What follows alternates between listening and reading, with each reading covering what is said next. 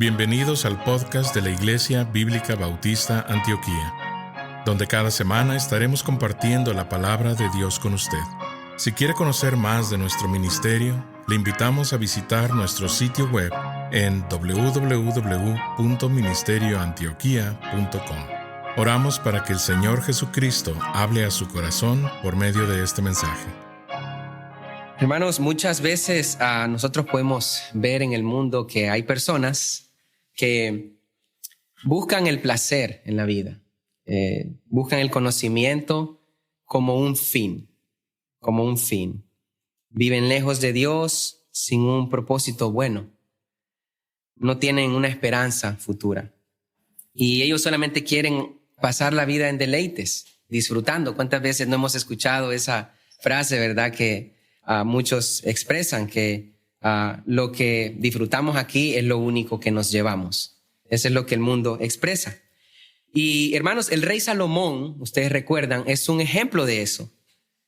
Y después de que él vivió una vida de tantos placeres, por si algunos no recuerdan a Salomón, tuvo hasta 1000 mujeres, no negó ninguna cosa de placer a sus ojos, tuvo tantas propiedades, fue el rey más rico de su época, no hubo uno como él antes, dice la palabra del Señor, ni habrá uno como él. Pero terminó su vida con estas palabras: vanidad de vanidades, todo es vanidad. Y esa es la verdad, mis hermanos. Cuando uno busca el placer o el conocimiento como un fin, como algo que creemos que al obtenerlo vamos a tenerlo todo, entonces se convierte en vanidad. Pues esas cosas deben buscarse. El Señor nos manda a buscar sabiduría. El Señor nos manda que busquemos el placer en Él, que nos regocijemos en Él, que nos deleitemos en Él. Y solo así es que la vida tiene un propósito, cuando todo lo que buscamos es para honrar y glorificar a nuestro Dios. Por ello Dios nos manda a vivir para Él, porque solo el vivir para Él trae propósito bueno y eterno. Porque, hermanos, así como hoy celebramos la resurrección, un día cada persona en el mundo va a ser resucitada entre los muertos para ser juzgado. 2 lugares esperan a las almas humanas: el cielo en la gloria de Dios o el infierno como castigo por los pecados. Y nos preguntamos entonces, a la luz de la resurrección, a la luz de que un día todo aquel que muere va a ser resucitado para ser juzgado, ¿cómo quiere Dios que vivamos esta vida a la luz de esa resurrección? Y el apóstol Pablo nos habla en este versículo que acabamos de leer de qué es lo que debemos hacer, cómo debemos nosotros vivir a la luz de la resurrección. Cómo debemos vivir a la luz de que la vida, hermanos, no se termina el día en que la muerte física ocurre, sino que va a haber una resurrección de entre los muertos. Y vamos a ver un poco el contexto de este versículo allí en 1 Corintios 15. Noten allí que todo el capítulo 15, y de hecho sus Biblias debe tener como un subtítulo, la resurrección de los muertos. Todo el capítulo 15 de 1 Corintios habla de la resurrección de los muertos. Y noten que hay 2 problemas que la iglesia en Corintio está enfrentando. El primero está en el versículo 12. Noten lo que dice 1 Corintios 15, 12. Pero si se predica que si se predica de Cristo que resucitó de los muertos, ¿cómo dicen algunos entre vosotros que no hay resurrección de muertos? Había cristianos allí diciendo, mira, no va a haber resurrección de muertos, contradiciendo el mensaje del evangelio, que es que Cristo ha resucitado. Y Pablo dice, ¿cómo es eso?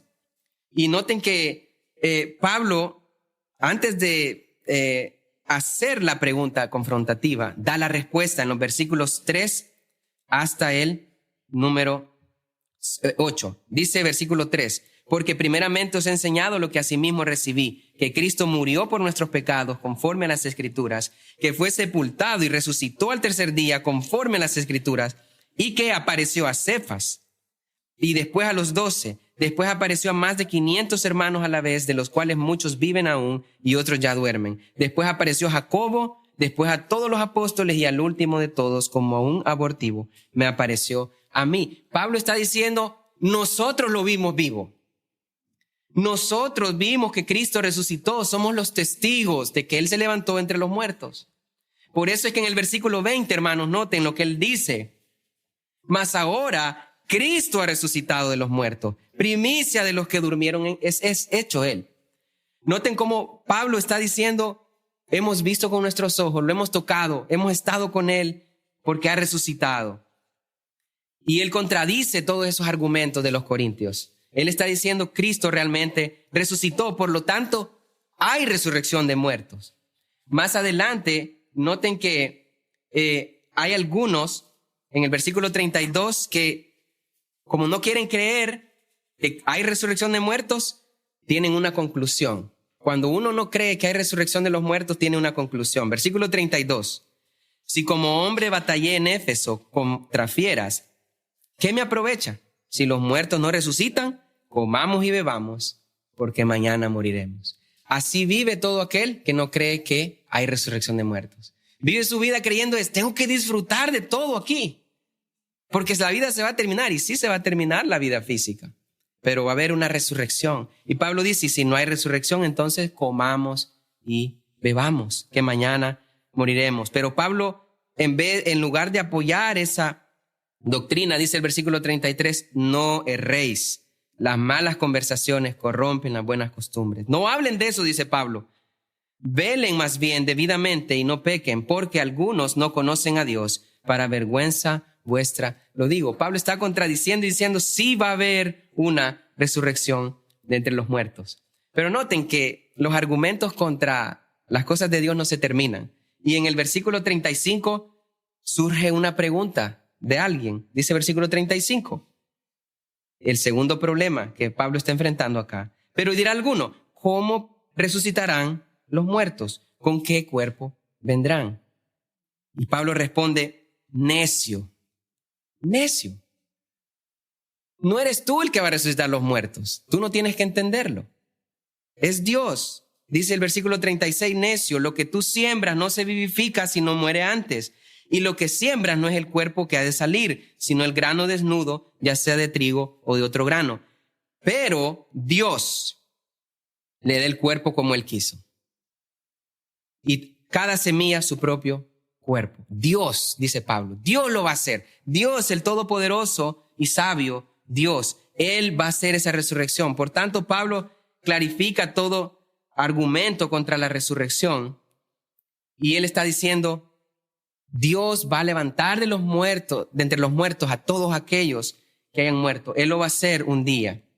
No tienen que buscar, pero en Juan 5, Jesús dice que Él va a ser el que va a levantar entre los muertos a todos aquellos que murieron para juzgarlos, ya sea que vayan al lugar de gloria con Él o al infierno. Y para nosotros los creyentes en especial, los que hemos creído en Cristo, hermanos, la resurrección será el resultado de la victoria de Cristo en la cruz. Por eso es que nos regocijamos. Noten lo que dice el versículo 20, que Cristo es primicia de todos los que han de ser resucitados, primicia de los que durmieron, de los que ya han muerto. Y tenemos entonces, hermanos, una esperanza gloriosa de que un día vamos a ser resucitados. La pregunta es para nosotros, ¿de verdad creemos, hermanos, o estamos como los corintios? Ese es el problema a veces, ¿verdad? Estamos queriendo comer y beber porque mañana moriremos. Pero Pablo dice, no debe ser así. Debemos vivir como dice el versículo 58. Y vamos a ver, hermanos, allí un mandato de cómo debemos vivir la vida a la luz de la resurrección.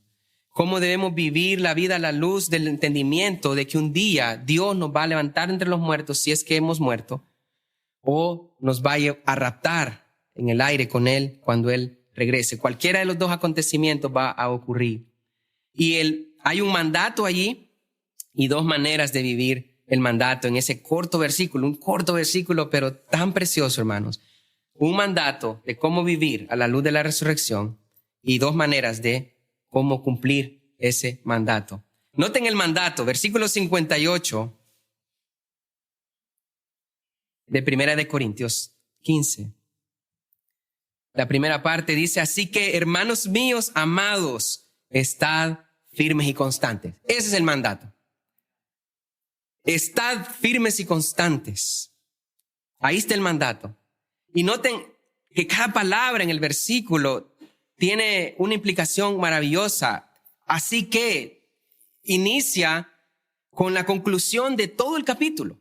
Pablo ha argumentado durante todo el capítulo y llega al 58 y dice, así que, con base en que la resurrección de los muertos es una realidad porque Cristo resucitó, hermanos míos, amados, estad firmes y constantes. Noten que dice, hermanos míos, amados. Está hablando a cristianos. Y la pregunta es, ¿habrá alguien aquí que no es un hermano amado? ¿Habrá alguien aquí que todavía no ha recibido el amor de Cristo y por lo tanto no puede ser amado porque no lo ha recibido? ¿Habrá alguien aquí que está lejos de Dios, que no ha confesado sus pecados, que no está seguro si irá al cielo cuando Él muera? ¿Habrá alguien aquí que tiene dudas de su salvación? ¿Habrá alguien aquí que no está en paz con Dios, sino que está viviendo, como decía el versículo 32, comiendo y bebiendo porque mañana morirá? El llamado es venir a la salvación, confesar sus pecados, dejar el pecado, pedirle al Señor salvación, confiar que Cristo murió y resucitó en esa cruz, que Cristo dio su sangre por nosotros y de esa manera poder llegar a ser un amado en Cristo, llegar a la salvación con Él. Yo animo a esas personas, si nos está viendo en línea o está acá esta noche, a reflexionar en su salvación. ¿Cómo está viviendo su vida? Comiendo y bebiendo, porque mañana morirá. O a la luz de que un día Dios va a juzgar a vivos y muertos. Y van a ser abiertos los libros. Libro de todas nuestras obras, pero el libro de la vida también. Y todo aquel que no se ha inscrito en ese libro, aquel que no haya confiado en Cristo, será lanzado, dice, al lago de fuego. Es urgente venir a Cristo y ser un hermano amado para tener propósito en la vida. Este es el propósito de nuestra vida aquí, en un versículo. Y el que no es un amado hijo de Dios no puede vivir este mandato. Es imposible. Pero si usted es creyente y está acá, y espero que la mayoría acá son creyentes, este es un ánimo. Hermanos amados. Somos amados por Dios, hermanos. Somos amados por Dios. Usted puede imaginar eso. El problema a veces es que nos creemos muy santos, ¿verdad? Y ponemos nuestra mirada más en nosotros y no miramos los pecadores que somos, indignos de la salvación de Dios. Pero somos amados por Él en Cristo y Él tiene una exhortación para nosotros. Hermanos amados, hermanos míos amados, estad firmes y constantes. Firmes y constantes en la obra del Señor. La idea de firmeza y constancia ahí es de alguien que no se aparta de un lugar. Alguien que está ahí todo el tiempo. Alguien que es fiel. Alguien que no abandona la obra del Señor. Está en el trabajo y tiene oportunidad de hablar del Señor y habla del Señor allí. Y vamos a ver más adelante ejemplos de personas así. Pero Dios nos manda estar firmes, constantes. Esa palabra constantes literalmente significa inconmovibles. Alguien que no se mueve de allí. En Santiago, él da una ilustración sobre aquellos que dudan cuando piden algo a Dios. Y ustedes recordarán que Santiago 1:6 dice que cuando pida al Señor, pida con fe, no dudando nada. Porque el que duda es semejante ¿a qué? A las olas del mar. ¿Y cómo son las olas del mar, hermano? Para un lado y para otro. El Señor no quiere que seamos así en su obra. Que un día queremos servirle, pero otro día, El Señor quiere constancia, firmeza. no como esa ola del mar. Nosotros, pues, hermanos, tenemos ese mandato, estar firmes y constantes sirviendo en la obra del Señor, queriendo que Cristo nos halle como ese siervo diligente del que Él habla en Mateo, en Lucas, cuando habla del tiempo futuro. Él dice que Él va a regresar y quiere hallar siervos velando en su obra. Y da ejemplos de siervos negligentes a los cuales Él va a venir y los va a hallar borrachos y en toda clase de pecados. Pero Cristo quiere que nosotros estemos firmes y constantes. ¿Cómo pues cumplimos ese mandato? Forma número 1, y acá es el segundo punto. Dice el versículo: estad firmes y constantes, creciendo en la obra del Señor siempre. Creciendo en la obra del Señor siempre. Noten que dice el texto creciendo, y hay una traducción que puede también ser válida, y es abundando, abundando. Debemos abundar en la obra del Señor siempre. ¿Y qué significa abundar en la obra del Señor siempre? Significa que nosotros debemos estar constantemente trabajando en el avance del Evangelio, trabajando en el avance de la palabra de Dios, trabajando en todo lo que trae gloria a Dios, en el servicio de la obra del Señor. Cualquier cosa que avance los propósitos de Dios. En Filipenses 2:30 nos da un ejemplo, no lo vamos a buscar, pero de hermanos que solamente llevaban ofrendas de un lugar a otro. Esa es una manera de servir al Señor. Y noten que dice, creciendo en la obra del Señor, 2 días, 1 semana, 1 año, siempre, siempre, siempre. La idea es constancia, perseverancia en la obra del Señor. Nuestra obra en el Señor debe ser abundante siempre. Debemos abundar en la obra del Señor. Y veamos un ejemplo ahí en Filipenses 1:19. Filipenses 1:19, para ver un ejemplo de alguien que sirve de manera constante. Y un poco adelante de Corintios está Filipenses, y noten allí en el capítulo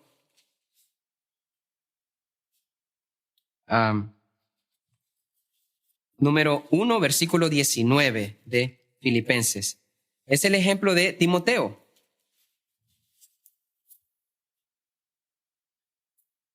Uno 19, y creo que es el 2, hermanos, disculpen. Filipenses 2:19. Noten lo que Pablo dice acá de Timoteo.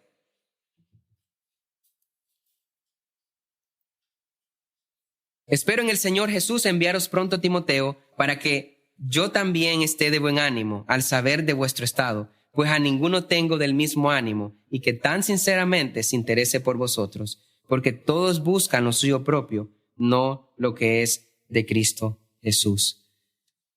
Cómo Timoteo se interesaba por los hermanos, cómo Timoteo hacía la obra del Señor. ¿Y de quién aprendió Timoteo?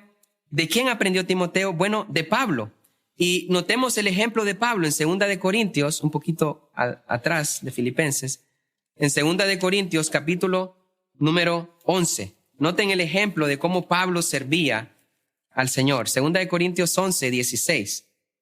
Dice el texto, 2 Corintios 11:16. Otra vez digo, que nadie me tenga por loco, o de otra manera, recibidme como a loco, para que yo también me gloríe un poquito. Lo que hablo, no lo hablo según el Señor, sino como en locura, con esta confianza de gloriarme. Puesto que muchos se glorían según la carne, también yo me gloriaré. Porque de buena gana toleráis a los necios, siendo vosotros cuerdos. Pues toleráis si alguno se esclaviza, si alguno os devora, si alguno toma lo vuestro, si alguno se enaltece, si alguno os da de bofetadas. Para vergüenza mía lo digo, para eso fuimos demasiado débiles. Pero en lo que otro tenga osadía, hablo con locura, también yo tengo osadía. Dice Pablo, ¿son hebreos? Yo también. ¿Son israelitas? Yo también. ¿Son descendientes de Abraham? También yo.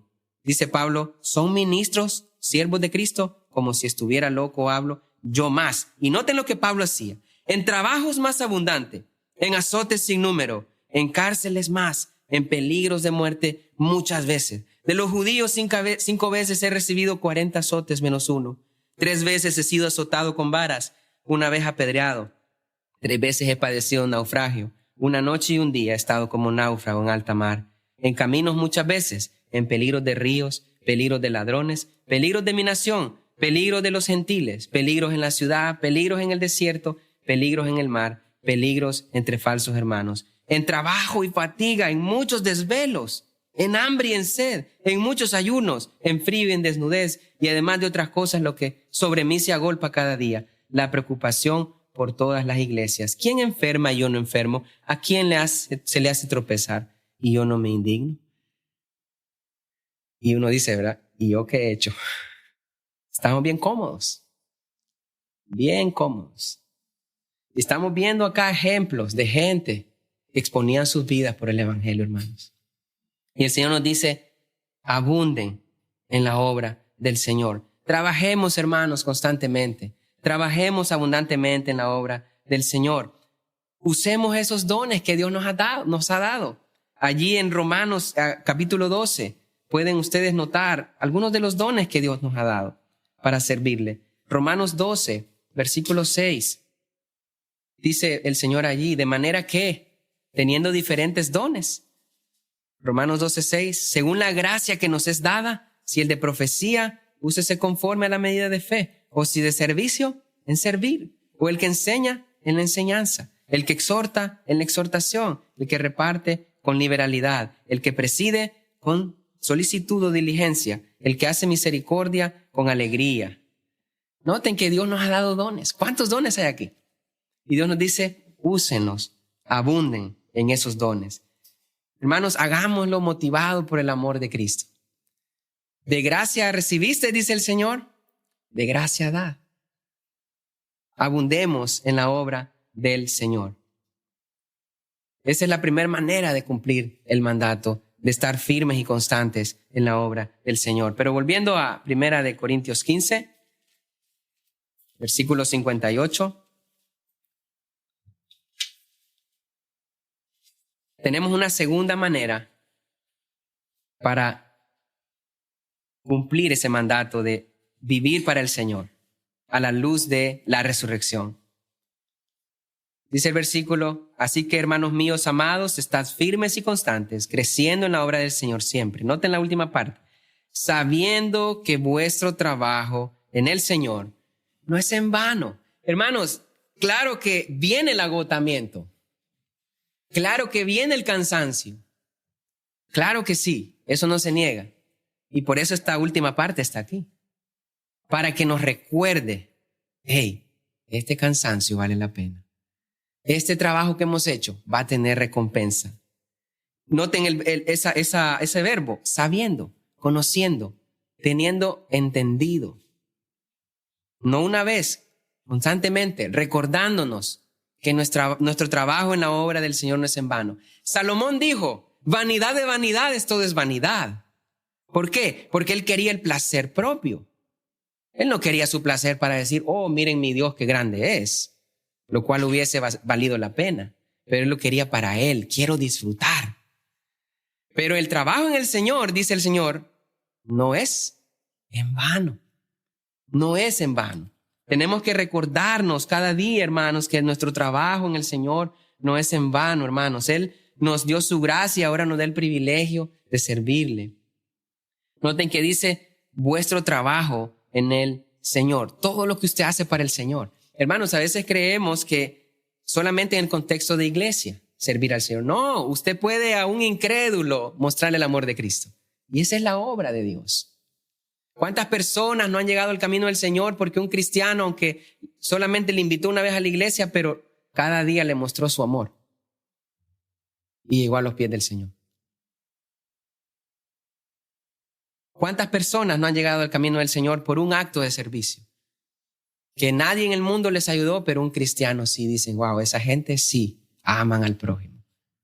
Esa es la obra del Señor, hermanos. Servicio, amar a otros. El Señor Jesucristo dice en Mateo 7 que en aquel día, no recuerdo si es el 7 o más adelante, que en aquel día muchos él va a decir, ¿verdad? A los creyentes que lo vieron en la cárcel, lo fueron a visitar, lo vieron en un hospital, fueron a visitarlo. Lo vieron en necesidad y le ayudaron, y los creyentes van a decir, ¿cuándo hicimos eso? Por cuanto lo hiciste a uno de estos, a mí lo hiciste. Esa es la obra de Dios. Y debemos recordar que tendremos recompensa. No es en vano, hermanos. No es en un vacío. Tendrá recompensa. Y noten, hermanos, que hay un ejemplo en la Biblia y es la iglesia de los hebreos. Vamos a Hebreos capítulo 6. Hebreos 6, 9. Recordemos que nuestro trabajo no es en vano. Dice el escritor de Hebreos, después de exhortar mucho a los hebreos, después de decirle, ustedes deben ser ya maestros. Pero dice el versículo 9, pero en cuanto a vosotros, oh amados, noten, ahí está otra vez, oh amados. Dice, estamos persuadidos de cosas mejores y que pertenecen a la salvación, aunque hablamos así, aunque les exhortamos duro, estamos convencidos de cosas diferentes. Porque Dios no es injusto para olvidar vuestra obra y el trabajo de amor que habéis mostrado hacia su nombre, habiendo servido a los santos y sirviéndoles aún. Dios no es injusto, hermano, para olvidar lo que usted ha hecho por Él. Si en verdad usted lo ha hecho motivado por el amor de Dios, motivado por el amor a otros, Dios no olvida esas cosas. Gracias a Dios que lo olvidemos nosotros, porque no tenemos que estar recordando lo que hemos hecho por Él, sino lo que Él hizo por nosotros. Pero Él no se olvida de esa obra. Él no se olvida de la gente a la que usted ha invitado a la iglesia. Él no se olvida de las oraciones que usted ha hecho en privado. Y hermano, sabe qué precioso es orar en privado más que en público. Porque solo Dios mira y no hay tentación de jactancia. Y Dios va a recompensar toda esa obra. Dios no es injusto. Y dice el versículo número 11, pero deseamos que cada uno de vosotros muestre la misma solicitud, la misma diligencia hasta el fin para plena certeza de la esperanza. Es necesario que nosotros continuemos en el servicio de la obra del Señor para que en el día que nos toque partir o que Cristo regrese, estemos completamente convencidos de que le hemos servido hasta el último día de nuestras vidas. Que el Señor diga, bien hecho, buen siervo y fiel. Mantengamos nuestra mente en que hay un galardón para los siervos de Dios. Hay un galardón, mis hermanos, para ellos. Jesús en Juan 12, 25, no tienen que buscarlo, pero Él dice, Juan 12, 26, mejor dicho, si alguno me sirve, sígame, y donde yo estuviere, ahí estará mi servidor. Qué precioso, hermanos. Pero hay algo más agregado a esa promesa. Si alguno me sirve, mi Padre le honrará. Estar con Cristo y la honra de Dios nos espera a los creyentes en Él. Ese es el propósito de nuestra vida. Vivir para el Señor. Pero ¿qué pasa muchas veces? A veces se nos olvida. ¿Por qué? Porque no estamos habitando en la palabra. Y ese es el problema, hermano. Nuestra mente se llena de afanes y queremos salir de esos afanes. Incluso a veces queremos decir, no, yo me merezco un tiempo, ¿verdad? Y empezamos a querer beber y comer porque mañana moriremos.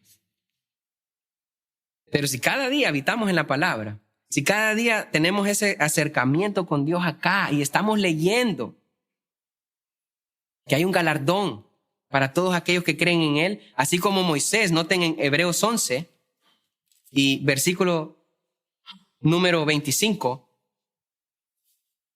como Moisés es un ejemplo de tener la mirada en el galardón. Hebreos 11, 25 y 24 y 25 leeremos. Por la fe Moisés, hecho ya grande, rehusó llamarse hijo de la hija de Faraón, escogiendo antes ser maltratado con el pueblo de Dios que gozar de los deleites temporales del pecado, teniendo por mayores riquezas el vituperio de Cristo que los tesoros de los egipcios, porque tenía puesta la mirada en el galardón. Moisés decía, estos egipcios Dios los va a quitar, Dios les va a quitar el poder. Pero el reino de Dios va a ser establecido. Aunque me toque sufrir ahorita, yo voy a irme con el reino de Dios. Tenía puesta la mirada en el galardón, en el premio que Dios tiene para los suyos. Hermanos, sigamos adelante creyendo en Dios, que Él es verdadero. Hebreos 11:6 dice, es necesario que el que se acerca a Dios crea que Él existe y que Él es real. ¿Y Él es qué? Galardonador de los que le buscan. No quitemos la mirada de ese galardón. Dios honra a los que le honran. Y terminamos leyendo ese versículo de 1 Corintios 15, 58. 1 Corintios 15, 58 de nuevo. Tenemos el mandato de estar firmes y constantes. Dice, así que, hermanos míos amados, estad firmes y constantes, creciendo en la obra del Señor siempre, sabiendo que vuestro trabajo en el Señor no es en vano. Hermanos, hoy es día de resurrección y esa resurrección nos recuerda, un día estaremos en el tribunal de Cristo si somos creyentes, el tribunal de galardones. Pero a los incrédulos les recuerda que un día van a estar, si no se arrepienten, ante el trono blanco, donde ya no habrá escapatoria del juicio. Si usted no es creyente, venga a Cristo hoy. Pero si somos creyentes, hermanos, gloria a Dios, tenemos esperanza, tenemos propósito, nos levantamos cada día sabiendo que nuestra vida no va a terminar el día que muramos físicamente, sino que nos levantamos cada día, si en verdad estamos en la palabra, confiando que será un día para servir al Señor, para acumular más tesoros en la gloria junto a Él. Oremos. Padre, gracias, Señor, por este recordatorio. Señor, necesitamos cada día recordarnos estas cosas. Este mensaje, Señor, quizá va a ser olvidado, pero, Señor, ayude que cada hermano, incluso yo, Señor, salgamos de acá con la convicción de leer la Biblia cada día para recordarnos que usted nos va a galardonar un día. Si le somos fieles, Señor, pues usted nos ha salvado para esas cosas, para la gloria junto a usted. En nombre del Señor. Amén. El predicador ha terminado su mensaje y ahora solo queda hacerle las siguientes preguntas. Estimado amigo o amiga, ¿quisiera tener la seguridad que al morir irá al cielo? ¿Está su confianza de salvación en el Señor Jesucristo? La preciosa esperanza de la vida eterna y todos los medios de la gracia de Dios para vivir una vida santa solamente se encuentran en el Señor Jesús. La palabra de Dios nos enseña, en Juan capítulo 3, versículo 16, que el amor de Dios por nosotros es tan grande que Jesús, el Hijo de Dios, murió en la cruz del Calvario para salvarnos de la condenación justa por nuestros pecados, y también resucitó de entre los muertos al tercer día. Nosotros debemos arrepentirnos de nuestros pecados y confiar en Jesús para salvarnos de la condenación justa por ellos. La Biblia dice en Efesios capítulo 2, versículo 8, que es por medio de la fe en Cristo que podemos ser salvos. Le motivamos a que se acerque a Dios con humildad, arrepentido de sus pecados y confiando en la palabra de Dios, que Jesucristo pagó la deuda por sus pecados para que usted y todo aquel que crea en Él reciba vida eterna y nueva vida aquí en la tierra para la gloria de Dios y bendición de su alma. Estimado oyente, quisiera aclarar que ninguna oración le salva a nadie. Solamente nuestra fe puesta en Jesús y su sangre derramada en la cruz. Con esto dicho, la Biblia nos enseña en Romanos capítulo 10, versículos 9 al 10, que si confesares con tu boca que Jesús es el Señor y creyeres en tu corazón que Dios le levantó de los muertos, serás salvo. Porque con el corazón se cree para justicia, pero con la boca se confiesa para salvación. Si desea este día recibir a Jesús como su Señor y Salvador, le invito a orar la siguiente oración conmigo. Señor Jesús, confieso que soy pecador y que he pecado en contra de Dios. Hoy vengo ante ti para pedirte perdón. Creo que eres el Hijo de Dios, que moriste en la cruz del Calvario en mi lugar. Fuiste sepultado y resucitaste al tercer día de entre los muertos. Este día me arrepiento de mis pecados y dejo mi vida pecaminosa para seguirte a ti. Creo que eres Rey y Señor de todo lo que existe. Hoy te invito a entrar a mi corazón y a mi vida. Te pido que seas mi Señor y Salvador. En el nombre de Jesús. Amén. Gracias por sintonizarnos. Le invitamos a conectarse con nosotros en www.ministerioantioquia.com. y déjenos saber sobre su declaración de fe en Jesús.